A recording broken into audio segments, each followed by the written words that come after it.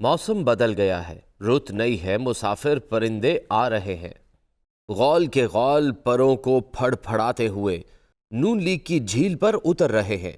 कुछ सादा लोग इस ताज़ा हिजरत पर जज्बज हो रहे हैं, कुछ हैरत में मुब्तला है, कुछ नफरीन भेज रहे हैं और तानाजन हैं ये सब गलत हैं, ये अपनी तारीख से नाबलद हैं। ये हिजरतें तो सदियों से हो रही हैं। बरे सगीर की मुस्लिम आबादियाँ इन्हीं हिजरतों में परवान चढ़ीं। ये मुसाफरत तो हमारी घुट्टी में पड़ी हुई है, ये हमारी रगों में खून बनकर दौड़ रही है। हम जब वफादारी बदलने पर आते हैं तो बदल कर रहते हैं, फिर हम अपना कबीला, अपना खून, अपना मोहसिन, अपना वादा, अपना हल्फ, अपना दीन, अपना ईमान, अपनी आखिरत कुछ भी नहीं देखते। हम सिर्फ मफाद देखते हैं। हमेशा से चढ़ते सूरज के पुजारी रहे हैं। हम हमेशा एक झील से दूसरी झील को और एक चरागाह से दूसरी चरागाह को नकल मकानी करते रहे हैं। मुफादात की इस दौड़ में कोई भी किसी से पीछे नहीं रहा।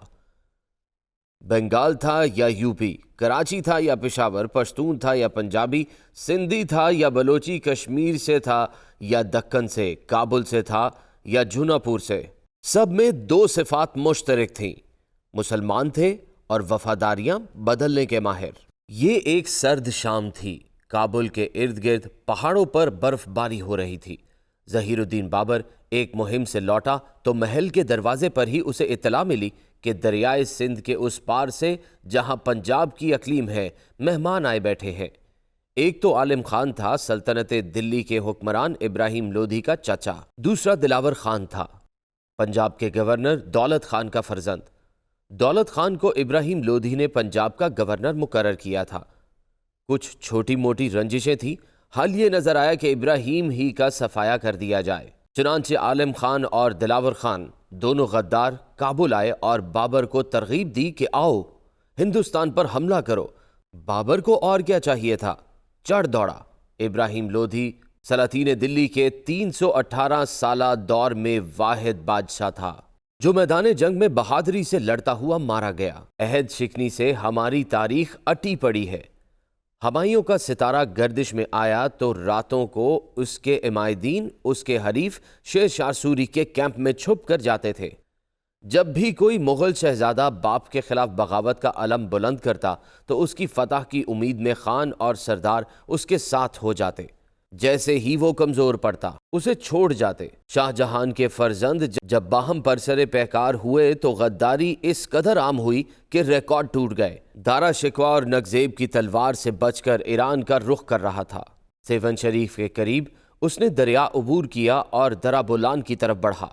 कोई लड़ाका फौज साथ न थी, चंद ख्वाजा सरा और मुलाजिम साथ थे।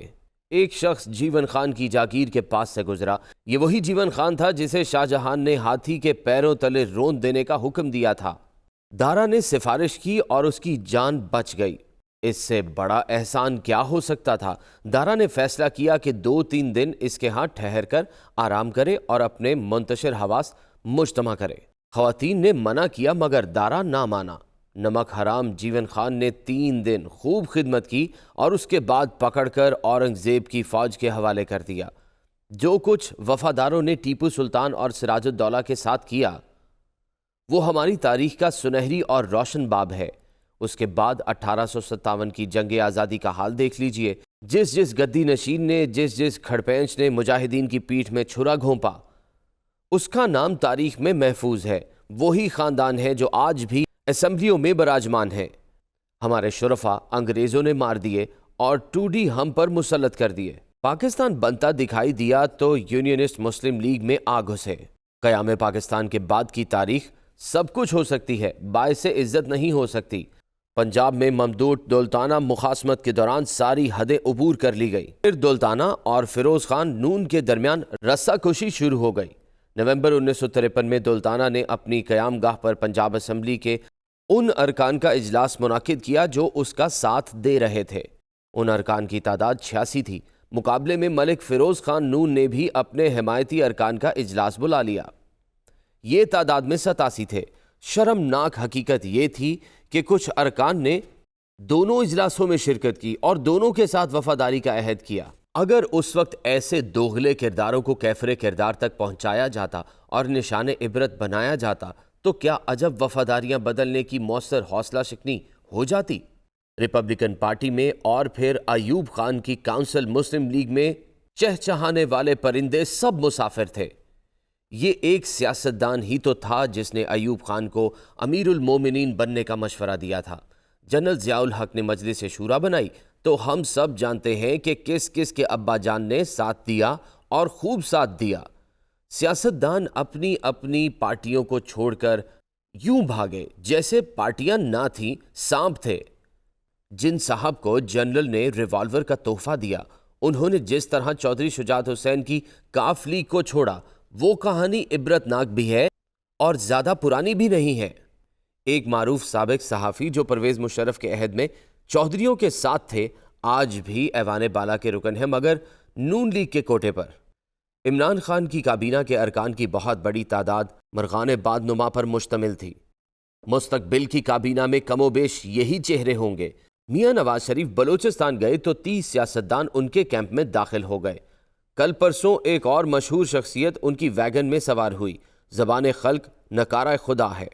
سب کو نظر آ رہا ہے کہ ہما کس کے سر پر بیٹھنے کے لیے پر تول رہا ہے۔ پرندے دور دور سے آ رہے ہیں اور نون لیگ کی جھیل پر اتر رہے ہیں۔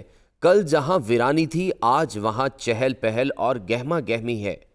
کل جس حویلی کے دروازے پر ہاتھی جھومتے تھے اور نوبت بجتی تھی، آج وہاں خاک اڑ رہی ہے۔ کل رائیونڈ سنسان تھا، آج بنی گالا اجاڑ پڑا ہے۔ چراغ ایک جگہ سے دوسری جگہ منتقل ہو گئے۔ کیسی وفاداری، کون سی جان نثاری۔ کوئی جیدار شخص ایک فہرست اس لحاظ سے بھی ترتیب دے کہ کون کون سا سیاستدان کس کس پارٹی میں کتنا عرصہ رہا۔ ہر سیاستدان کے نام کے ساتھ لکھا جانا چاہیے کہ موصوف کتنی پارٹیاں بدل چکے ہیں۔ ان مسافر پرندوں کو خوش آمدید اور جی آئیں نو کہنے والے بھی اتنے سادہ نہیں۔ انہیں معلوم ہے کہ یہ صدقے قربان ہونے والے حضرات جوک در جوک کیوں آ رہے ہیں۔ یہ دل سے نہیں، دماغ سے ساتھ دے رہے ہیں۔ انہوں نے حساب کتاب کیا ہوا ہے، اس لیے تشریف لا رہے ہیں۔ انہوں نے حساب کتاب کیا ہوا ہے، اس لیے تشریف لا رہے ہیں۔ استقبال کرنے والا بھی دل ہی دل میں ان سے نفرت کر رہا ہے، مذاق اڑا رہا ہے، مگر استقبال اس لیے کر رہا ہے کہ برسر اقتدار آنے کے لیے اس کمبخت کی ضرورت ہے۔ آنے والے کے دل میں بھی محبت کا کوئی جذبہ نہیں، اس نے ایک بار پھر اقتدار میں شریک ہونا ہے۔ ہماری ساری نفسیات اس ایک محاورے میں بند ہے کہ جج کی ماں مری تھی تو سارا شہر جنازے میں شریک تھا، جج خود مر گیا تو کوئی نہ آیا۔